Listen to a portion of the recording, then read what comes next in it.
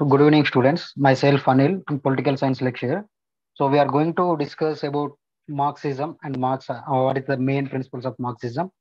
So along with, if you have time, we'll discuss about Mao also.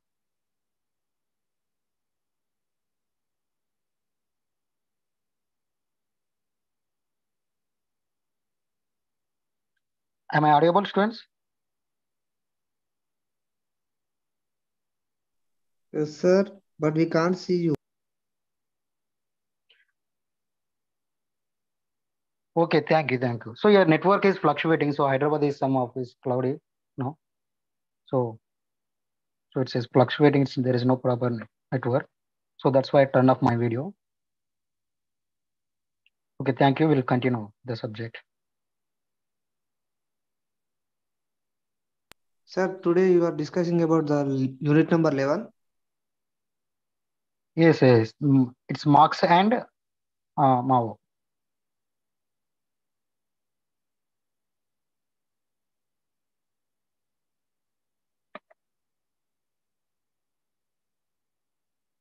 So our class is the examining and explaining about the principle of the Marxism. So which is the mostly a revolutionary ideology of our age, along with the liberalism, Marxism, ranks as the most important philosophy. It's a current time also Marxism. So the present our topic is divided into some topics. I mean, there are main principles of Marxism.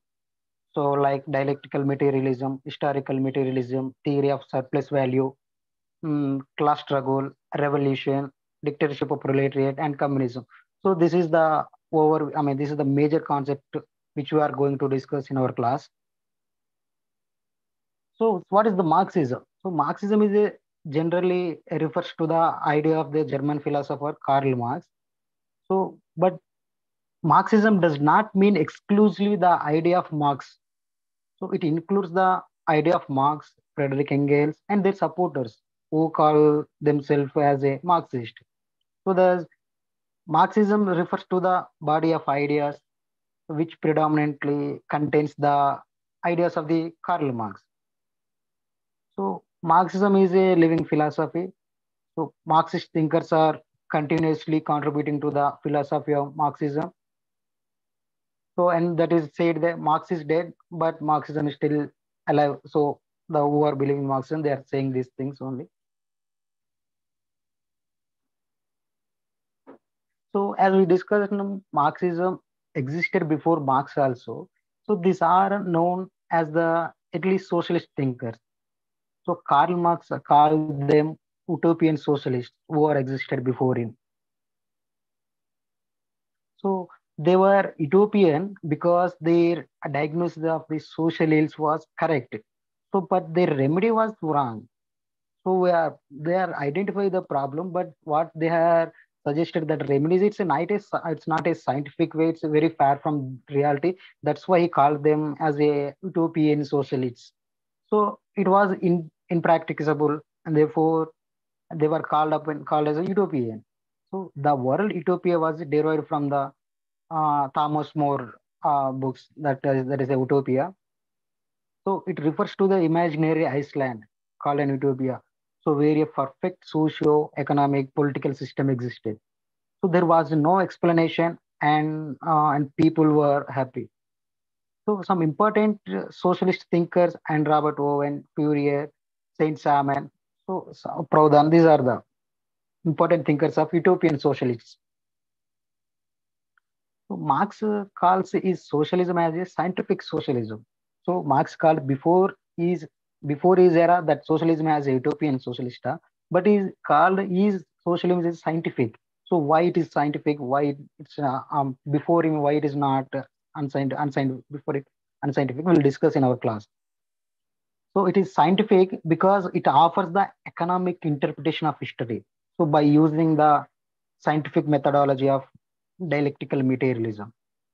So it explains not only the true causes of exploitation, but also offers the scientific remedy of revolution and dictatorship of the proletariat to cure the social ills of exploitation.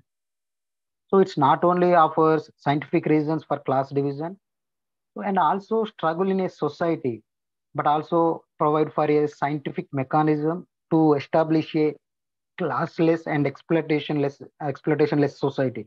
So which is in as per him it's a communism. So socialism is further divided into, I mean, evolutionary or revolutionary socialism. So evolutionary socialism, they are does not believes in the revolutions, and they want to attain socialism through the peaceful means. So evolutionary socialists have faith in the parliament democracy and want to bring social change through the ballot. Ballot means by elections only. So they believe in parliament systems, democracy. So they are believing in some peaceful way. So they eschew violence and so are opposed to violent revolutions. So the evolutionary socialist were they are against the violence revolution. So they also do not believe that the dictatorship of proletariat and advocate the peaceful democratic transition from a class divided to classless society. So some examples of evolutionary socialism like Fabian socialism, guild socialism, and democratic socialism. So these are the some examples of the, I mean, evolutionary socialism. So which that who are not believing the violence and revolution. And the second one is the revolutionary socialism on the other hand. So they believes in the class struggle, they believes in the revolution, and they believes in the dictatorship of proletariat. Proletariat means workers. So they are believing the dictatorship of the workers. So according to them, a social change cannot be peaceful. It has to be violent. So according to the revolutionary socialists. So a peaceful revolution is a contra, according to them, it's a contradiction in terms. So revolution is the midwife of the social change, and this revolution must be in violence. So as per them, revolutionary Marxism is generally identified with the scientific socialism of the Karl Marx. So syndicalism is also one type of the revolutionary socialism. So evolutionary socialism also trace its roots from the idea of the Karl Marx and Friedrich Engels only, and Engels. So they have talked about the weathering way of the state. Exponents of evolutionary socialism have picked up the theory of withering away of the state and argued that gradually through the peaceful means social change can be affected and the exploitation less and classless society can be established. So however, the critics of evolutionary socialism, they are not accepting this thesis. So and argued that the idea of withering away of the state applies only to the socialist states or the dictatorship of proletariat and not to the capitalist state. So it will never wither away. It has to be smashed through the violent revolution only. So therefore, the logic of evolutionary socialism is flawed. So the basic tenets of Marxism are as I told you in the starting of the class, dialectical materialism, historical materialism, so the theory of surplus value, class struggle, revolution, dictatorship of the proletariat. Proletariat means workers. So and communism. So these are the main components, main tenets of the Marxism. So we'll discuss one by one here. So the first one is the dialectical materialism. So, dialectical materialism is a scientific methodology developed by the Karl Marx and Engels. So, for the interpretation of history. So, here Marx has borrowed heavily from his, I mean, procedures and particularly from the German philosopher Hegel. So, his dialectical method is borrowed from the Hegel, who's also from German. So, dialectical is a very old methodology employed to discover the truth by exposing contradictions um, through a clash of opposite ideas. So Hegel refined it by developing a trilogical of theses. I mean, trilogy of thesis, antithesis, and synthesis. So it is popularly known as the dialectical trade. So progress of growth takes place. I mean, according to them, progress of growth takes place through the dialectical process only. So at every stage of growth, it is characterized by the contradictions only. So these contradictions introduce for the further changes, progress, and development. So the thesis is challenged by the and its antithesis. So both contains elements of the truth and falsehood. So truth is a permanent, but falsehood is a transitory. So in the ensuring the conflict of thesis and the antithesis, the truth remains, but false elements are destroyed. So these false elements constitute the contradictions. The true elements of the both the thesis and antithesis are fused together in the synthesis. So this evolved synthesis during the course time of becomes a thesis, and so it is again challenged by it is again challenged by its opposite antithesis. So which gain results in the synthesis, right? So this process of thesis, antithesis, and synthesis continue until the stage of perfection. Perfection is reached. So got it. In this evolutionary process, a stage will come when there will be no false elements. This will be destroyed at different stages of evolution. So ultimately, only the truth remains. So because it's never destroyed, because truth is never destroyed, that's why. So it will constitute the perfect stage, and there will be no contradictions, and so there will be no further growth. The dialectical process will come to an end after arriving the perfect truth only. So it is the contradictions which moves the dialectical process, and the complete elimination of contradictions marks the end of the dialectical process itself.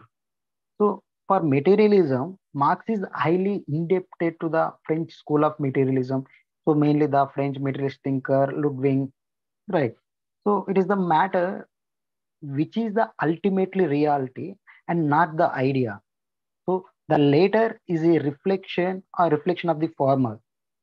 So how we earn our bread determine our ideas. So it is not the it is not the consciousness of men that determines the existence, but and on the contrary, it is their social existence that determines their consciousness. So Marx has observed that Hegel's dialectical was standing on its head and have put it on its feet. So Hegel has developed dialectical idealism, right? So for him, it is the idea which is ultimately matters. So idea lies in the base or substructure, which determines the everything in the superstructure. I mean, society, polity, economy. So are these in the superstructure, which is shaped by the prevalent dominant ideas of the age. So ultimately, it is the idea which matters, and the other things are only the reflection of it. So Marx replaced the idea with matter. So according to Karl Marx, the material or the economical forces are in the substructure, and the idea is a part of the superstructure. So according to the Marx, so idea is the reflection of the material forces. The economic forces determine the idea, not vice versa. So the Marx reversed the position of idea and matter. So got it. So this is the reason that he claims that in the Hegel it was upside and down, and I have corrected it. So this statement is done by the Karl Marx. So it's telling that this the dialectical process is ups and down in the Hegel. So we corrected it. So the base of the substructure consisted of the forces of production and the relations of the production. So these two together constitute the mode of the production. So whether so when there is a change in the forces of production because of the development in technology, it brings the changes in the relation of production. So the a changes in the mode of production brings a corresponding changes in the superstructure. So that society, polity, religion, morals, values, norms, etc., etc. So are part of the superstructure. These all things and shaped by the its mode of production only. So historical materialism is the application of dialectical materialism. So to interpretation of the history, as we discussed in the starting. So it is the economic interpretation of the world history by applying the Marxian methodology of dialectical materialism. So the world history has been divided into the four stages. So as per the historical materialism or as per the Karl Marx, as per the Marxism. So primitive one, number one is the primitive communism. The second one is the slavery system. So the third one is the feudalism, and fourth one is the capitalism. So and here primitive communism refers to the earliest part of the human history. So it was a propertyless and exploitationless, classless, and stateless society. Means so production were backward because technology was undeveloped before the human history existed. So the economy owned the means of production.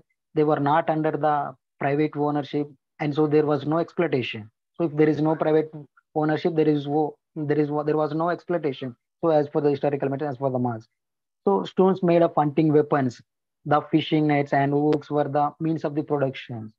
The entire community owned this. So there is no private property. This entire things belongs to the community only. The production was limited and meant for the self-consumption only.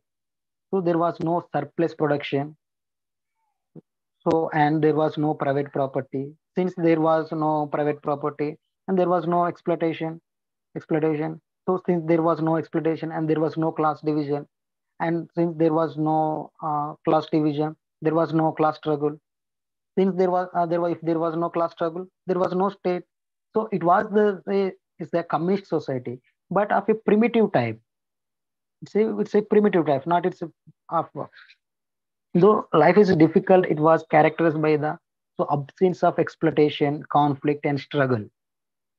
So in the primitive era, so technology is not static; it's evolved the continuously. Technological developments results in the improvement of production. So this leads to the surplus production, which results in the emergence of private property. Means of production are now under the community, but private ownership.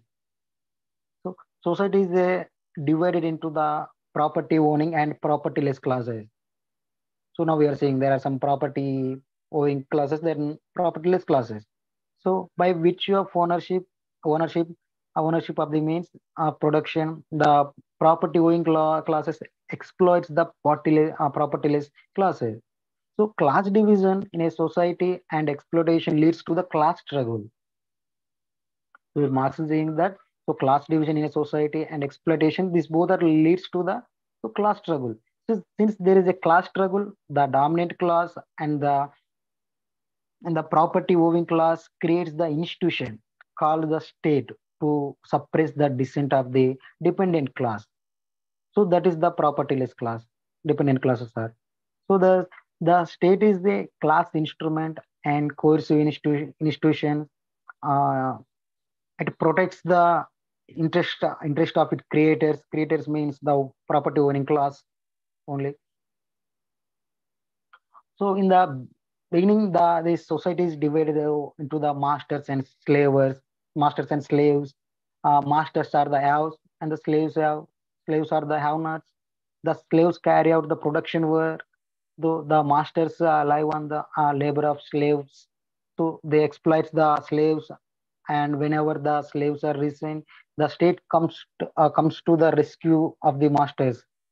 So the state serves the interest of the master class only. So it used the coercive powers to suppress the wi- voice of the slaves.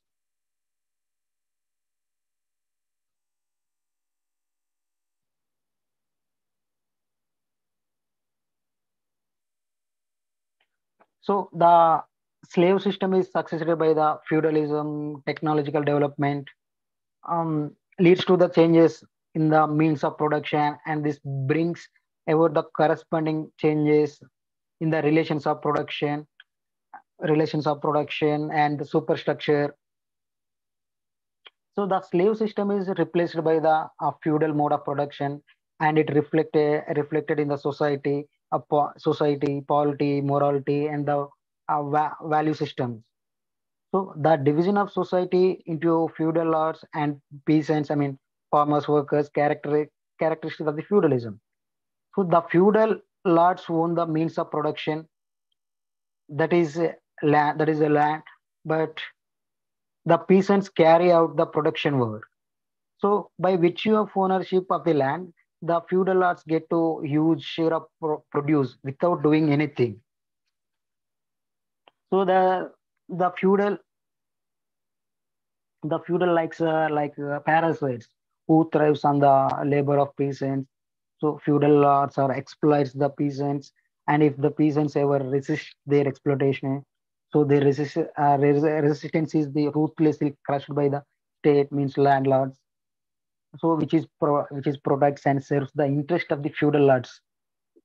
So the peasants are dependents and they exploit the classes. So whereas the lords or landlords are dominant and exploiting the classes. So capitalism is succeeded the feudalism. Technological development continues, and so there is a changes in the force of production, which leads to the mismatch between the force of production and the relations of production. So which is resolved through the bourgeois revolution. So there's the contradiction between the forces of production and the relations mode of production.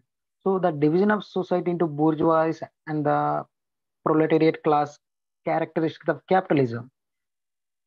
So the bourgeois class owns the means of production, but the proletariat class means working class carries out the production only.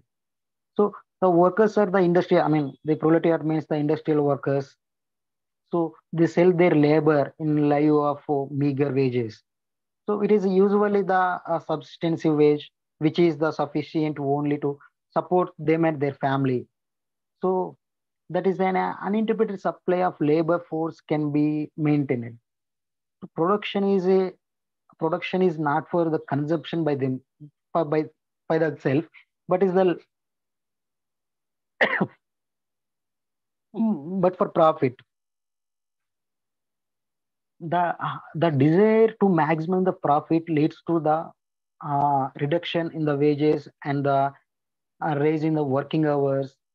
This is the further deteriorates the lots of working class, which is eventually pushed into the situation.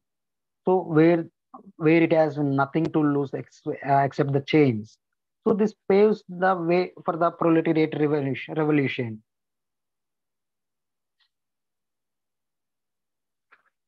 So next, the Marx has developed also the theory of the surplus value.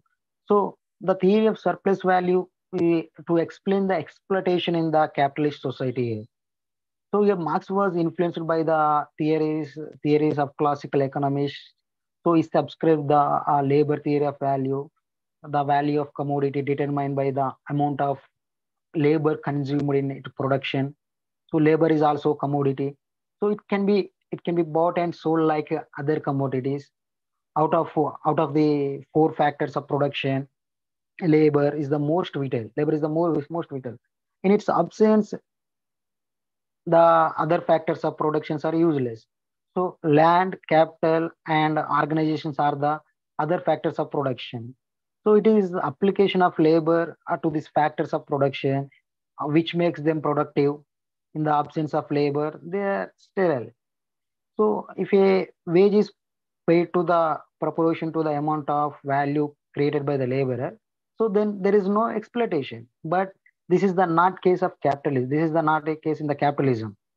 So labor is a unique in the sense that it creates more value than is required for its maintenance.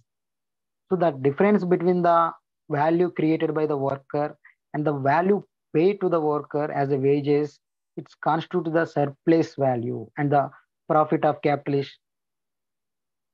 Right. So, for instance, if a worker has created value of around 25,000 in a month, so it has been paid for only 15,000 as a wages. So the remaining 10,000 will be constitute the profit of the capitalist. So thus the workers always created more values than is actually paid. So this is the surplus value created by the worker. Worker is the profit of the bourgeois, I mean capitalist. So which has been defended by the classical economists because it leads to the capital accumulation, which is invested further in new industries and enterprises and leads to the growth and prosperity. So for the and for the Marxist, it is the exploitation of the workers. So which has to be abolished. With the growth of capitalism and the rise in the competition, the wages of workers continue to fall and reach the stages of subsistence level.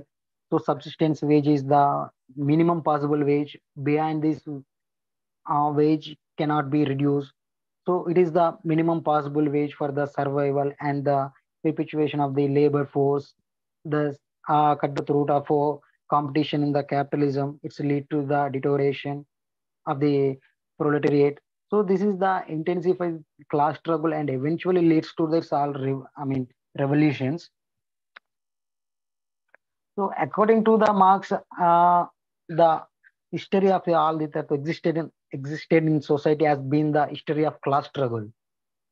So except the primitive communist stage, so all historical ages have been characterized by the antagonism between the dominant and dependent classes, or the haves and have-nots. So this antagonism is caused by the class contradiction. So it is the result of exploitation by the property owning class of the propertyless class.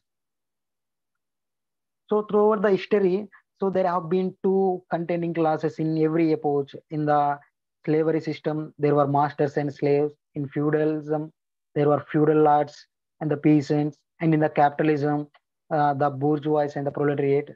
So the masters, feudal lords, and the bourgeois are the owners of the means of the production. They all fellows. So, however, it is the slaves and the peasants, proletariat. So these are the who carry out the production. So, but their produce is taken away by their exploiters, and in return they are given just enough for their survival only. So, by virtue of ownership of the means of production, the property owning class exploits the propertyless class.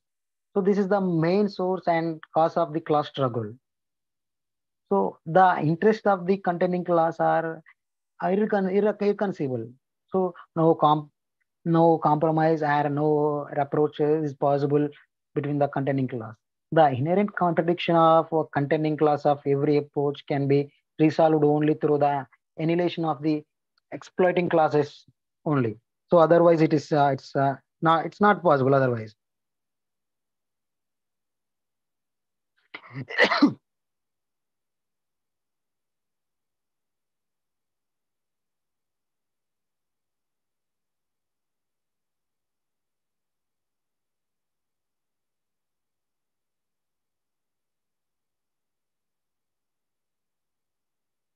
Students, I am not audible.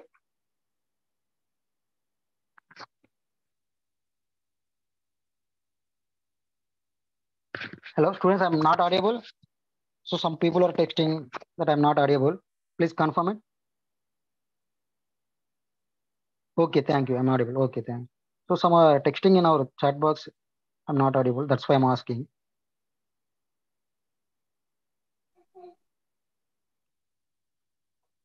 Okay, okay then. If I'm audible, okay, then we'll continue.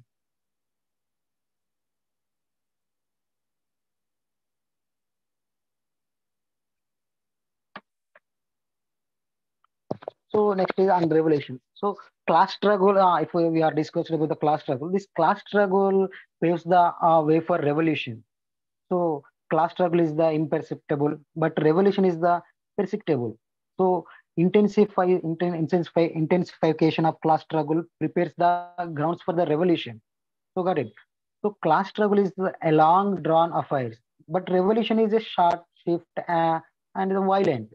In other words of the Marx, according to Marx, revolution is the indispensable midwife of social change. You got it.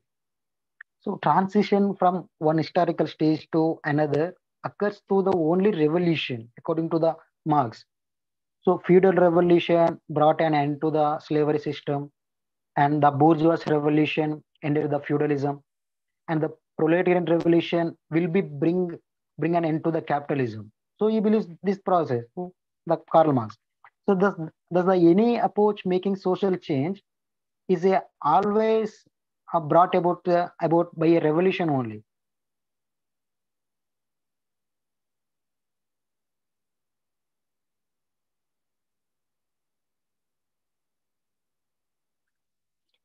So revolution occurs when there is no incompatibility between the means or forces of the production and the relations of the production.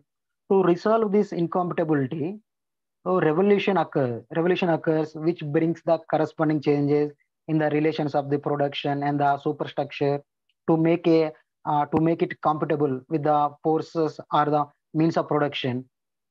So technologically developed brings the changes in the means of production. So the hand mill gives you a society with the feudal lord, and the stream mill a society with the industrial capitalism. So proletariat revolution will be the last revolution in the annals of history. So revolution revolution occurs to resolve the contradictions only. So revolutions will not take place if there is no contradiction in a society. So according to Marx. So after the proletarian revolution, there will not be any further revolution. So because there will be no contradiction in the communism according to them. So that's why they are thinking that after the communism there will be no revolutions. So however, revolution will be take place only when the forces of production have fully matured. So revolution can be advanced or postponed. So it will occur when the forces of production, means of productions have matured and do not match the relations of production. So revolution brings an end to this mismatch. To these discriminations. So the sequence and the directions of social evolution cannot be changed. So no stage can be overlap another stage. So no stage can be short circuited. So primitive communism will be lead to the slavery system. So the slavery system leads to the feudalism. So and feudalism leads to the capitalism. So dictatorship of the proletariat or socialism will be succeed the capitalism. So succeed the capitalism, which is the penultimate stage of the social evolution. So dictatorship of the proletariat will eventually lead to the establishment of the communism. So according to the Marxism.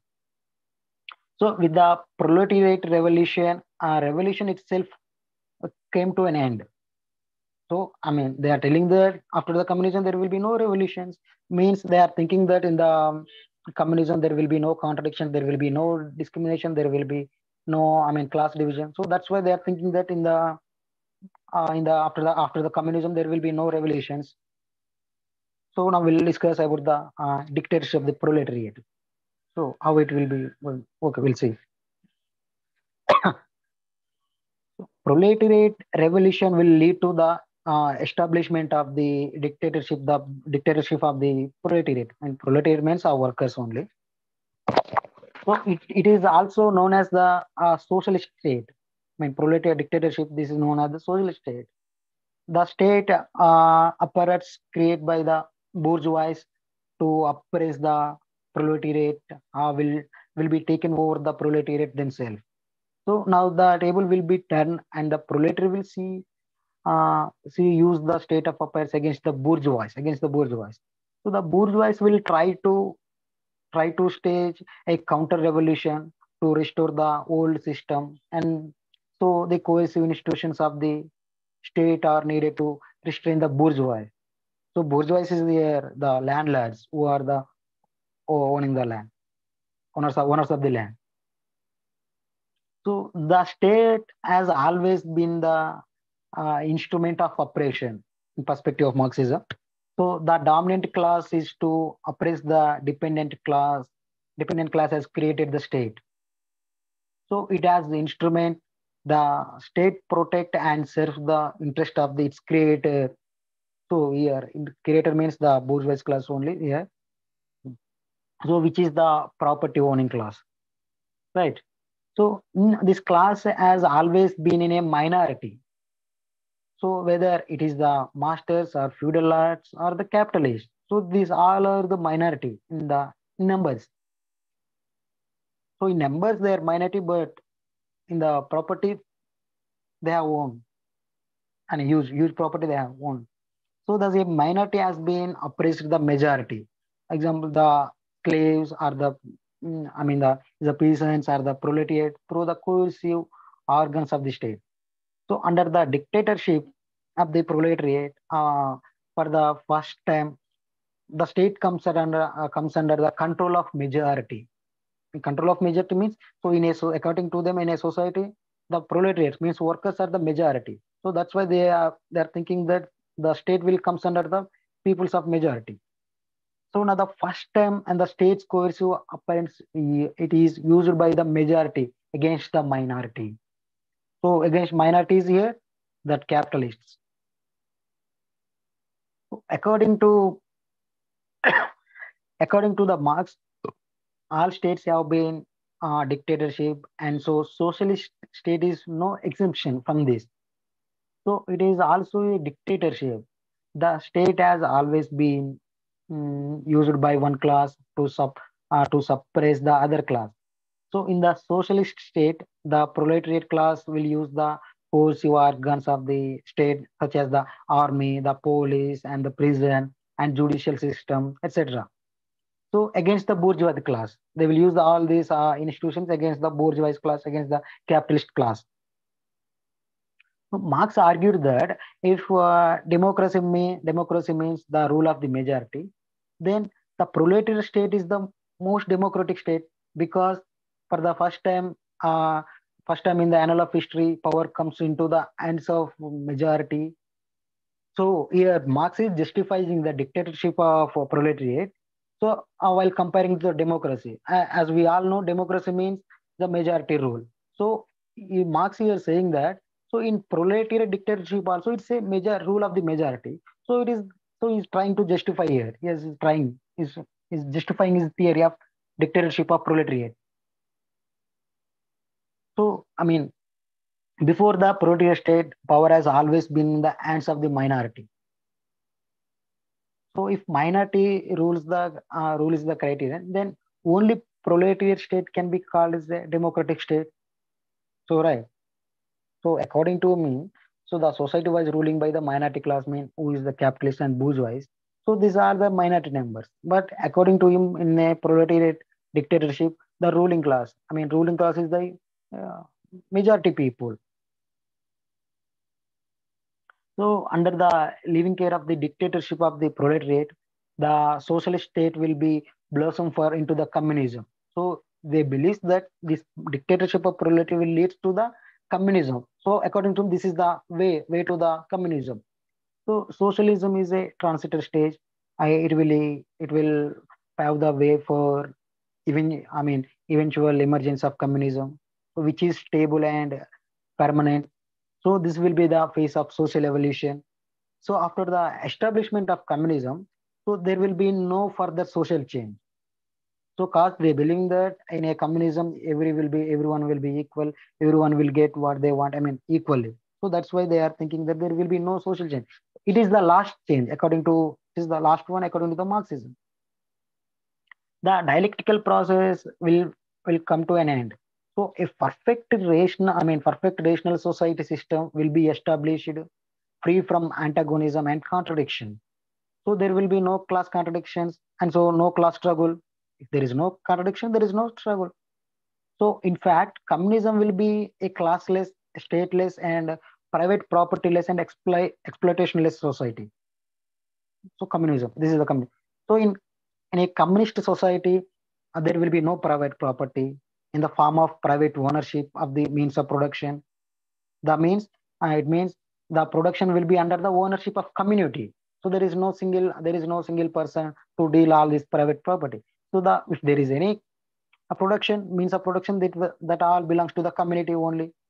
So cooperation and the competition will be in the basis of communist society. Production will be for the consumption only, not for an profit. So profit motive will be replaced by the social needs. Since there is no private property, so there will be no exploitation. Since there will be no exploitation, there will be no class division, right? So there is no private, property owning and propertyless class. So there is no haves and no have-nots, no dominant class, no dependent class.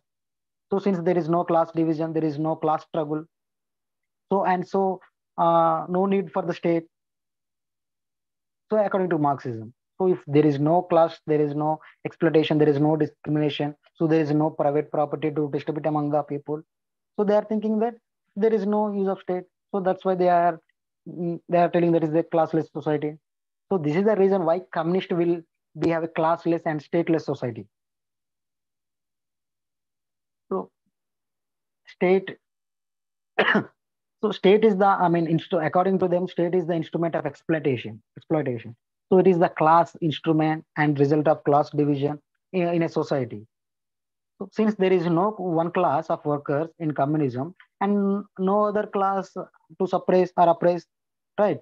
So there will not be any need of the state. It will become the redundant in the communist society. So it will be relegated to the museum. So the state, however, it will the state, however, the state will not be smashed. It will be gradually either way.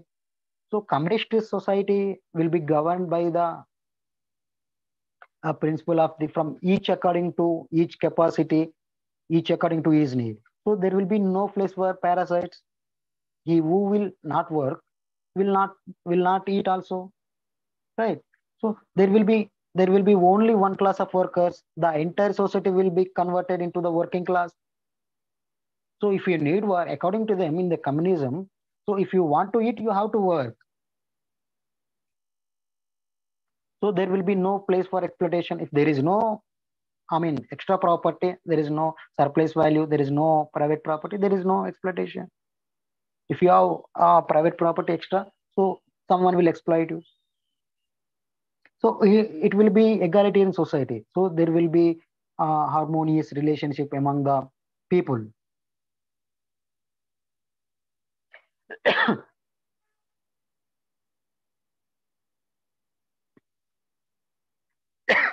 So there have been two distinction placed in the Marxist philosophy on the economic and philosophical manuscripts, which is written in the 1844.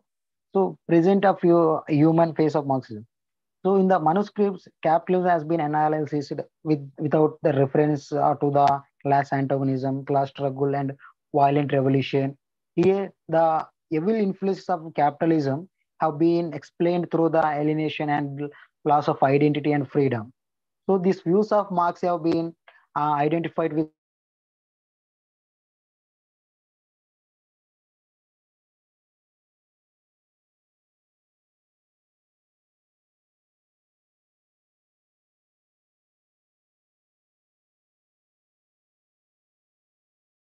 Marxism and developed the theory of scientific socialism. So after this book only, he developed the scientific socialism.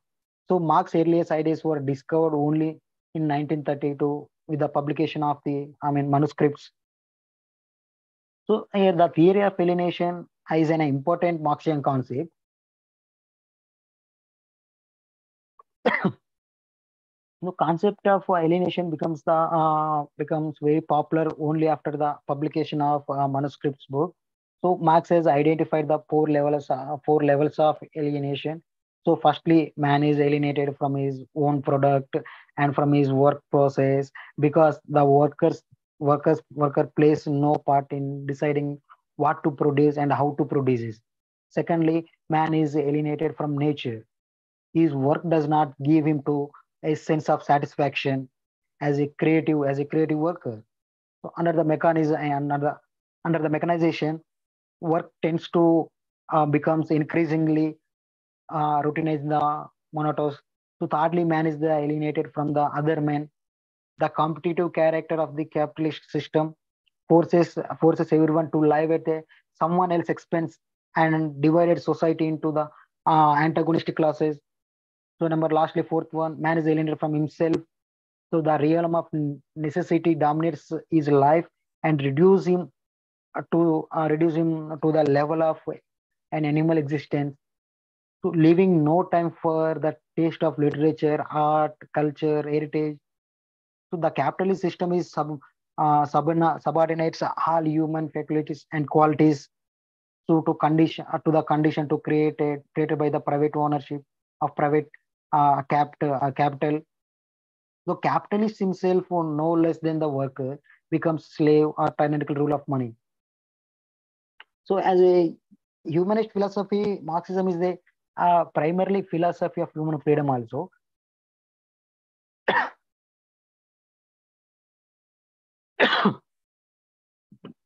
The capitalist system is characterized by necessity as a opposite to freedom. So necessity refers to the conditions under the uh, which is the inevitable laws of nature govern the life of man. These laws of nature exist independent of man's will. Man can acquire scientific knowledge of these laws, so but cannot be changed them at his will. So freedom does not consist in the escape from necessity. Freedom lies in the knowledge of these laws of nature and the capacity to make these laws work towards the definite and uh, end of the emancipation of human society. Though that sounds knowledge of productive forces operating beyond the capitalist system and program to make these forces work towards the human ends. So were essentially instrument of human freedom. So only a program of socialist revolution would accomplish humanity's leap from the kingdom of necessity to the kingdom of freedom. So the emancipation of human society and the relation and the realization of true freedom is possibly only with the abolition of capitalism and the establishment of communism. So there are some critical appraisals also in the Marxism. So Marxism has been subjected to, I mean, severe criticisms. So it has simplified the class division of the society into two classes. So according to Marxism, there are only two classes, right? So that is the haves and have-nots. So this is very far from reality. So in our society, very complex. It is a very complex and is divided into the numerous groups. There are number of groups in our society. So there is no clear-cut division of class as envisaged by the Marxism. So moreover, so there is existence of huge middle class. Marxian thinks predicted that with the advancement of capitalism, the middle class would be disappear and merge with the proletariat class. But this has not happened so far. There is no possibility of there is no possibility of it if it ever happening. In fact, the reverse has happened. The middle class has strengthened its position to increase its size. So Marxism also predicted the narrowing of the capitalist class. So he again just the opposite as the happened. Instead of shrinking, the base of capitalist class has been enlarged. So Marx predicted the accumulation of capital, but there has been dispersal of the capital. So the condition of the proletariat class has not deteriorate as the predicted by the Marx. So the actual working of the capitalist system has proved the Marxist theory of classes to be wrong. So Marxist has predicted that the inherent contradictions of capitalism would lead to the collapse. But this has not happened so far. So no advanced capitalism system has collapsed anyway. So capitalism has proved its resilience. So it is the socialist system which has collapsed in the various parts of the world. So capitalism has the tremendous capacity of adaptation. So this is the main reason of its survival. So Marx failed to assess this capitalism correctly. So these are some more major. So this is the major, criticisms on the Marxism.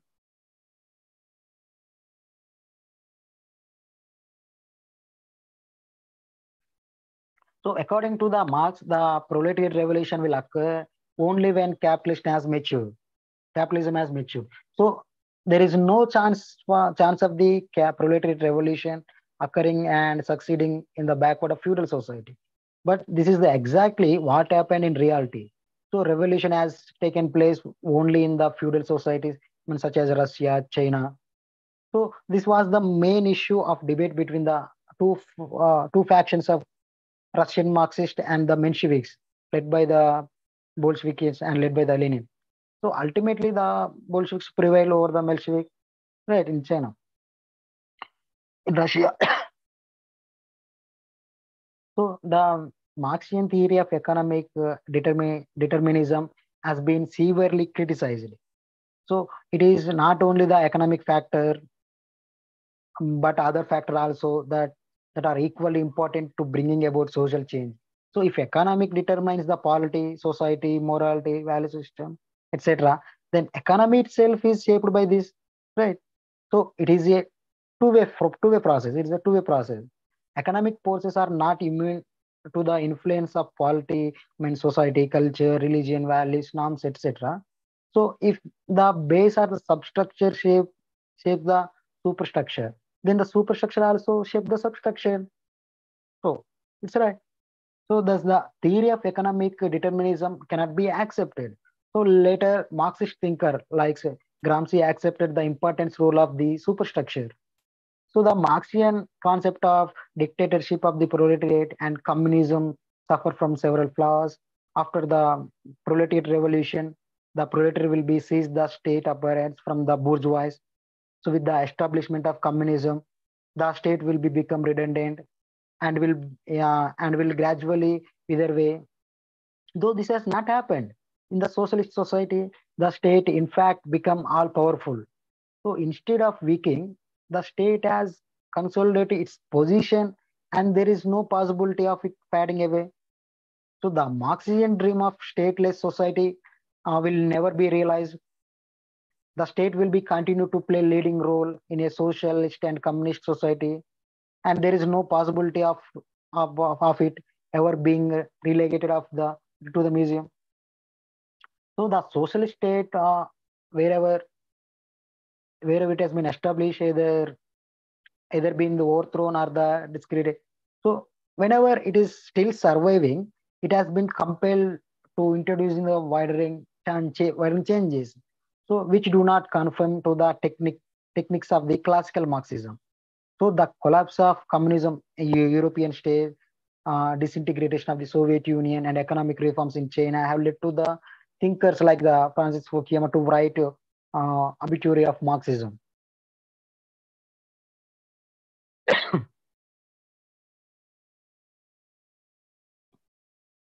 So Marxism, in concluding, Marxism is not only the philosophy of class antagonism, class conflict, class struggle, and violent revolution. So it is basically a philosophy of humanism and freedom. So capitalist society has led to the estrangement, alienation, and a loss of identity and freedom. So we find the human face of Marx in his yearly writings, particularly in the economic and philosophic manuscripts, which is written in 1844. So in the theory of alienation and freedom, we find humanist Marx. So in the Communist Manifesto and Das Capital, so which are his later writings, we find the mature and revolutionary Marx. So there are two Marx as a younger and the humanist Marx and the mature as a revolutionary Marx. So however there is no dichotomy between the two. So there is continuity throughout the between the two, and so any distinction than the superficial. So Marxism is a living philosophy. After Marx, it has been enriched by the Lenin, Trotsky, Rosa Luxemburg, Gramsci, Mao, so etc. So exponents of the end of ideology and the end of history has written of Marxism. But Marxism as an approach for social analysis and the philosophy of the oppressed class will continue be the relevant. So it will be inspired the masses to strive for the emancipation. So Marxism is a revolutionary philosophy. It is philosophy of social change. In the words of Marx, philosophy has sought to the interpret of the world. What matters, however, is to change it. So it aims to establish an egalitarian society free from exploitation of one class by another class. So only through Marxism, arguably, this argues that only through Marxism, humanity will take a leap from the realm of necessity and the realm of the freedom. So according to the Marxism. So this is about our class.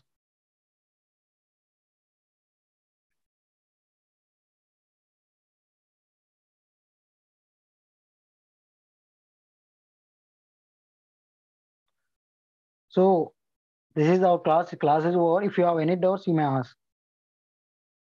So regarding the Marx.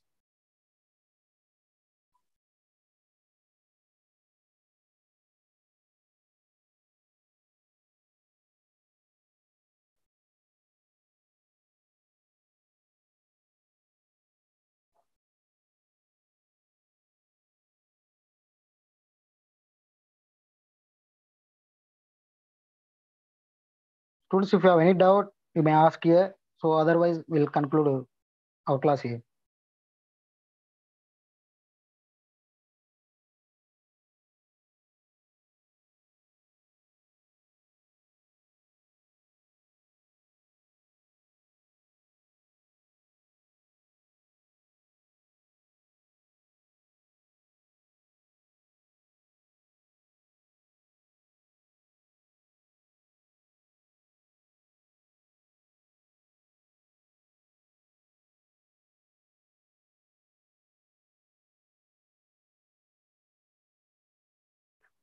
So okay, if there is no doubts, we'll conclude here.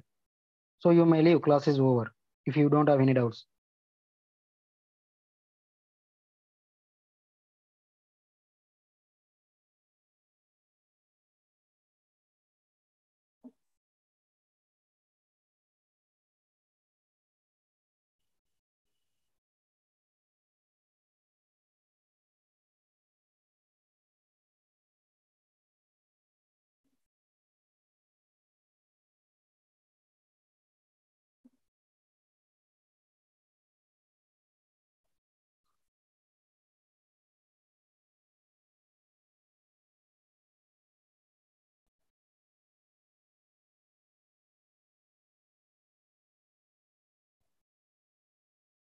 Yes, Marxism is against religion. So Marx stated religion is a opinion, opium. Yes, yes. So they are Marx. They are against the religion system.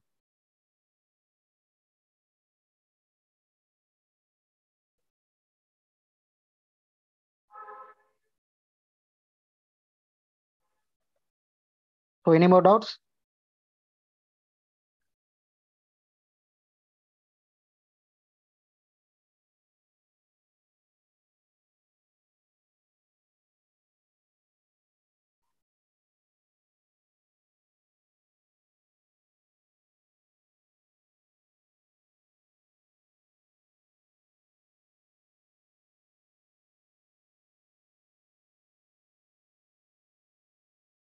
So then, okay, thank you. We are so I'm concluding a class.